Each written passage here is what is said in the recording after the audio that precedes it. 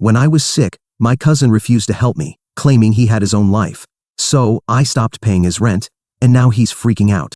I'm 28 years old, man, and I let my cousin Eric, 25, live with me for 5 months without asking him to pay a single penny for rent or utilities. I know this might upset some people, but we grew up in a very different environment. We come from a small town near Omaha, where there's still a community culture. We even host neighbors and acquaintances if they visit the city. I know this may sound strange to some people, and I get it. 5 months ago, Eric called me saying he was moving to the city to start his career as a photographer. He had just graduated from college with no job or place to live. He'd done some odd photography jobs in our town, but that didn't count as experience in the field he wanted to pursue. He asked if he could stay at my apartment until he could find a job and get on his feet. I gladly accepted without asking any questions. That's just how we are where we're from. As a kid, I knew Eric to be a passionate and hard-working boy. After I moved away for high school, I didn't know how much he'd changed during his teenage years, although we stayed in touch and talked whenever I visited home. You really get to know someone when you live with them. Eric arrived with 2 large suitcases full of cameras and equipment. I was impressed he had so much gear to pursue his career since it seemed he was prepared and still the responsible kid I remembered. I made sure to do everything I could to help him achieve his goals. At first, everything was fine. He slept on the couch, kept his belongings in a corner, and always promised, "This is just temporary. I'll move out as soon as I get a job." I didn't mind because I was dating someone, but lived alone and didn't have many friends. I went to college and got my first job in this city, different from where I grew up, so having him at the apartment felt like having family around. We had a lot to catch up on. We spent evenings and weekends together, and he filled me in on all the gossip about relatives and neighbors I'd missed after moving away. Only small-town folks would understand this. Weeks passed, and he somehow got used to the city. I considered him my roommate even though I paid for most things, rent, utilities, even groceries. I'd even bring him takeout. Sometimes he'd pay, but he didn't have much money, so it wasn't common. Honestly, it was fun living with him, watching games together, going to the movies, and just having someone to hang out with on weekends and holidays. A month passed, then 2, then 3. He got some odd jobs here and there, but nothing concrete to call it a career. One day he came to me and said he was close to landing a big opportunity but needed a portfolio. He didn't have money to rent the necessary props for a portfolio photo shoot, so he asked me for money. I pulled out of my pocket to help him launch his career. Even after that, when his career didn't take off and he was getting anxious about his future, I helped him get a part-time job at a local cafe through one of my contacts. Eric lasted 2 weeks before quitting, saying, "I can't serve coffee for the rest of my life. I have bigger things ahead." I found it odd because I understand he wants to focus entirely on something specific and not waste his energy on other things. But a job is a job. I didn't give up on him and kept supporting him in every way I could. I had a stable job and good income, and I wanted the same for Eric. So I did everything I could to help him. When he needed money to buy a new tool, I helped. When he asked for help setting up a YouTube channel and an Instagram page, I spent hours writing descriptions and captions. I did it without expecting anything in return. Normally, I'd get a thank you and a big smile, and that was enough for me. All I wanted was for his career to eventually take off. I won't lie, I like seeing other people thrive. At first, the 3 of us would spend time together, but then Eric stopped, saying he didn't want to be a burden. After Lisa's roommate moved out, we started spending more time at her place because we had more privacy there. In the past few months, I've practically lived at her place. I haven't fully moved out of my apartment. I still have things there, items I don't use regularly. Sometimes I stop by on my way home from work and hang out with Eric, but that's become very rare. Recently, I noticed Eric had taken over my bedroom. I didn't make a fuss because I barely live there, but I'm still paying the rent. The reason I haven't fully moved in with Lisa is that we haven't discussed our future. We don't yet know where our relationship is heading. We've only been together a short time, and it feels too soon to address that topic. That's why I want to keep my apartment as my own place to go to if things don't work out between us. The thing is, lately, I've noticed Eric has no gratitude for me or the apartment. Whenever I call him, he makes up some excuse to avoid me or lies, saying he was busy when he clearly wasn't. What's most annoying is that he makes passive-aggressive comments like, "Don't hesitate to call me if you need help," followed by a big laugh as if it's a joke. One weekend, Eric, Lisa, and I planned a bowling night. On the way home, I got a flat tire. I asked Eric to come pick us up and drive us home. He got so annoyed about having to drive us to Lisa's apartment. He said, "Next time, maybe check your tires before causing a problem and then calling me. Why don't you just get an Uber? I'll have to drive 15 kilometers for this." Later, When Lisa and I went shopping, we ended up buying a chair. Shipping would take 2 days and it was super expensive. I called Eric to ask what he was doing. He said he was at the apartment doing nothing. I asked if he could help us transport the chair. He complained, "I just had leg day yesterday, my quads hurt. Can't you ask someone else? Or maybe just pay for shipping?" After much complaining, he did show up, but he acted like he was doing us a massive favor. The breaking point came 2 weeks ago when I got the flu. It hit me hard, fever, chills, congested nose. Lisa was working late. I ran out of soup and ointment and couldn't wait until she got home. I called Eric and asked him to drop off some hot soup and medicine. I knew he was home because minutes earlier he was live on Instagram. To my surprise, he started complaining, "I'm really busy. Can't you manage on your own?" I lost my patience but stayed calm and said, "I'm sick. Can't you make some time for your cousin? I only asked you to bring me some medicine and hot soup. What's so complicated about that?" He practically yelled, "I'm not your nurse. Why don't you call Lisa? Isn't she supposed to take care of you?" I replied, "I'm not asking you to be a nurse. I just asked for some medicine, but it's fine if you don't want to help." Instead of feeling guilty about his attitude, he said, "Yeah, you should learn to deal with your own problems. I have my own life to handle. I can't bail you out every time." His words pushed me over the edge, but I wasn't in a condition to argue, so I hung up. I went out and did it myself in that state. When Lisa got home, I told her what had happened. She was furious. She said, "Why is this one-sided? You've been helping him for the past 5 months. Do you realize everything you've done for him? Aren't you the one still paying the rent for the apartment he's lounging in? Don't you see he's taking advantage of you while you're basically living here with me?" She advised me to move my remaining stuff out of the apartment and move in with her. At first, I hesitated for the reasons I mentioned before, too soon to think long-term. I told Lisa that Eric wouldn't be able to pay the rent if I moved out. She replied, "That's your problem. Put the lease in his name and tell the landlord that Eric will be responsible for the rent now. Let them figure it out." It makes some sense, but I'm not sure what the best option is. Moving in with Lisa and leaving the apartment entirely to Eric, or simply asking Eric to move out so I can reclaim my apartment. I know I sound like I'm not ready to move in with Lisa, which is why I'm hesitating to take any steps. Do you have a better solution? Update 1. The comments have been hilarious. Yes, I was stuck in a deadlock, tired of supporting Eric, unwilling to commit fully to living with Lisa, and not wanting to give up my place either. I wanted to play it too safe. As someone commented, "You can't have your cake and eat it too." So I started tackling the situation step by step instead of avoiding it. First, I confronted Eric about it. I called him and told him how much it hurt me to see how he acted every time I asked for help. He got defensive and started listing all the times he had rescued me, besides the ones I mentioned in my earlier post. He reminded me of the time I bought a dining table for my apartment, and he helped carry it upstairs. He also brought up when I forgot an important USB drive at home, and he delivered it to my workplace. I couldn't believe he was keeping track of all these things. He said he felt annoyed about always having to bail me out, and that I took him for granted, randomly calling him for anything. In response, I said, "If you're keeping a tally of every insignificant thing, then I've done plenty for you too." I reminded him of the time he dislocated his arm and had to wear a sling. I worked from home to take care of him for 2 weeks, drove him to medical checkups, and helped him with daily tasks. This was before I met Lisa. I also reminded him that I let him live in my apartment rent-free, paid for his portfolio, and helped him land gigs. But to him, none of that mattered. He said, "Don't act like I owe you for that, you offered, remember?" I replied, "I didn't offer, you asked for help, and I agreed to help," which is very different. I lost my patience. It was so brazen and selfish of him to say that. He retorted curtly, "Yeah, you offered. Grow up," before hanging up. That infuriated me even more. That same afternoon, I went to the apartment, stormed in, and started packing my things. When I walked in, he complained, barely looking up from his phone, saying, "Now what?" Without saying a word, I grabbed boxes and began packing.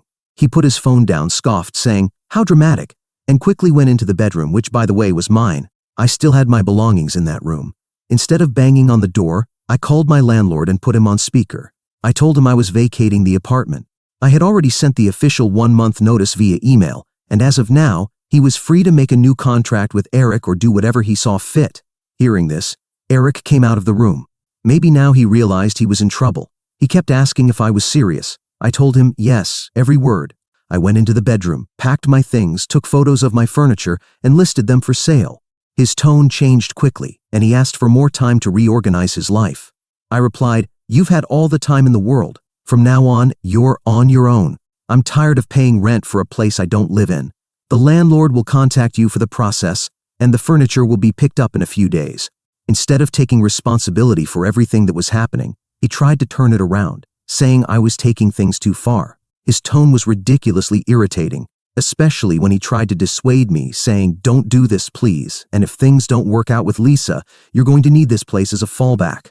I exploded and said, "I'll take the risk. I know how to handle my stuff, unlike you, who just likes to dump your problems on others." He fell silent and followed me as I packed. After a lot of contemplation, he said, "I didn't realize this hurt you so much. I'm sorry. Let's go back to how things were. I'm sorry, okay?"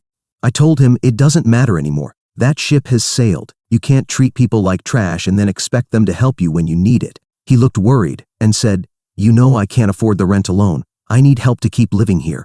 The money I earn from gigs barely covers utilities and food. Since you moved in with her, I've been managing this on my own." I responded, "Good, now you'll have to manage it entirely on your own. You're no longer my problem. Remember how you said the other day you couldn't bail me out forever? Thanks for reminding me that I can't bail you out forever either." He tried to take back his words, but there was nothing he could do to change my decision. He just stood there silently. I had already booked a moving service to take my belongings. While waiting for them to arrive, I carried some lighter items downstairs myself. Eric offered to help, but I refused. I didn't want to add to his favor account. He kept apologizing as I carried the last box downstairs, but I ignored him. He also sent me a long message apologizing and thanking me for everything. He tried to emotionally manipulate me, saying he looked up to me as a role model and cheesy stuff like that. I ignored it. I'm done falling for that kind of thing. I've taken a leap of faith and moved out. Whatever happens in the future, I'm ready to face it with strength and determination. Update 2. It's been only 5 months since I moved out, and things are already going south for Eric. 2 weeks ago he called me, saying the landlord had become a headache and was chasing him for the rent. I said, "It's not the landlord's fault, it's probably yours. The reason he's chasing you is that you're behind on rent." He insisted I talk to the landlord and ask him to give Eric some time. I replied, "That apartment is no longer my problem. It's your apartment now. You have a new contract with him. Deal with the consequences of your actions." A few days later, he showed up at our house asking for help. The landlord had evicted him. I asked, "What can I do about that?" He was furious about how the landlord could be so cruel as to leave him homeless over just 2 months of unpaid rent. To justify himself, he said he had paid the rent on time for 3 months, so the landlord should trust him and give him more time to settle the debt. I asked him, "Why are you here?" He said he had no money to get out of the situation. The funny part was that he wanted me to worry about him. "How can you be so indifferent knowing that I'm homeless and lying on the street?" I laughed at him. "Why should I care? You had 5 months to organize your life, but you didn't take it seriously. Now you want me to help you again?" He wanted me to talk to the landlord and buy him an extra week. I told him, "I'm not doing that. I don't have time for your nonsense." Then he begged me to help him get his camera and laptop back because he had an interview the next day and had pawned some of his things. He was very hopeful about the interview and sounded desperate. He promised to pay the rent as soon as he got his first paycheck. I refused to get involved in the mess. However, after I left, I called the building manager to understand the situation. He told me a completely different story. Apparently, Eric had been throwing parties in the apartment after I left. The loud music was bothering the neighbors, and many of them had filed complaints. Eric had received several warnings, but despite that, he continued causing trouble. Additionally, he was behind on the rent. Who would tolerate a tenant like that? A couple of days later, Eric called me again saying, "You don't care about anything that happens to me, right? I'm literally sleeping in the subway in this freezing cold. Every night, I feel like I won't survive until morning. I'm living on the street with homeless people. You know how dangerous that is. They've even tried to rob me the other day, but I defended myself. You're just waiting for something bad to happen to me, aren't you? That's how vengeful you are." I yelled at him, "You're not a baby. You need to learn to fix your life. I've been holding your hand for too long, and I regret it. Now it's time for me to stop being so nice to you and move on with my life." He made a sarcastic comment, "Wow, is this what you do with family?" I responded, "No, I help family, but I also expect family to be there for me when I need them. That's the same question I asked myself when you refused to help me when I was sick. So, I guess we're not family after all. Sometimes you have to prune it." He hung up without saying anything else. Then he contacted Lisa and asked if he could stay with us for a week until he could gather the money to pay the rent. Lisa was blunt and told him she didn't want to compromise our privacy. I'm glad she rejected him because that's how it all started with me. He came asking for space for a month, which turned into months of abusing trust. I didn't want to fall into that trap again. A week ago, he showed up at my apartment furious. Apparently, the landlord had confiscated some of his work tools as well. He had packed the rest of his clothes and shoes into a box and thrown them in the basement. The apartment had already been rented to someone else. The building manager called Eric and gave him 2 days to retrieve his belongings, or they would be sold to cover the unpaid rent. Eric needs to learn his lesson, and he can only do that by facing the situation himself. I told him, "I'm sorry to hear that, but I really can't help you." He had tears in his eyes. I could feel his pain because I know how much his camera means to him. He cleans it twice a day. I know how terrible it must feel to be separated from it. The camera and laptop are his world, but I'm tired of helping him. He left with a face full of disappointment, but he also made it clear that this was the end of our bond, which is fine with me because the bond was me helping him and him complaining when I needed him. So it wasn't a bond I wanted to keep. I mean, we grew up as brothers, and I treated him like my little brother, but I can't let him walk all over me all the time. At some point, I had to do something, and that moment is now. The next day, my dad called me and asked about the whole situation. Apparently, Eric went to his father, my uncle, for help. He also told him that I had refused to help him despite several requests, which upset my uncle. My dad knows me well and refused to believe a story without hearing both sides, so he called me, and I told him the whole situation from my perspective. He told me I did the right thing by standing up for myself. My uncle helped Eric out and he was able to retrieve his camera and laptop, but the landlord didn't want to take him back, and Eric could no longer pay for that place. The last I heard, he was sleeping on a friend's couch and had gotten a job under a local wedding photographer. I feel good about him and also about myself. I've learned that helping someone doesn't mean allowing them to take advantage of you, and I should have stopped all of this much earlier. Update 3. Since I've received so many questions about my cousin, and it seems they're interested in what happened to him in these months, I thought it would be fun to spend this Sunday afternoon writing this. They've also asked about me and how it's going with my girlfriend Lisa. Well, it's been better than I expected, and I must say I was a fool for not moving in with her earlier. There are so many things I need to change, but since I've started therapy, I'll probably address these things and many others, like the fact that I let my cousin abuse my trust for so long. And before anyone asks, yes, Lisa and I split the expenses. I pay half the rent and also other costs involved in living together. I wasn't going to turn into my cousin. At least I think I've been improving, because another cousin, although from the other side of the family, asked if he could stay at the apartment where I live with Lisa for a few weeks. And I told him no. I don't know if this cousin will end up being like the previous one, but I don't want to risk going through the same thing, along with the other problems it would cause to have him live here. But, moving on to my cousin that everyone knows, I know he's now unloading and loading trucks at a warehouse. That's the job he's doing right now. In my last update, he was helping a wedding photographer, but that didn't work out too well because he basically refused to contribute to the work and drank alcohol during weddings. And what did he do when he got fired from his new job? He ran to cry to my uncle, telling him they ruined his life, his career, his dream, just for having a few drinks during work. But I've never seen a wedding photographer act like a guest unless they're part of the guest list and only take photos by choice. If you're being paid, you should be a professional. So my uncle told my dad told me, and now I'm telling you. Gossip travels fast in the family. Another thing that has happened is that my cousin is very disappointed with this, so he sold all of his equipment, or at least what he still owned, and got a job.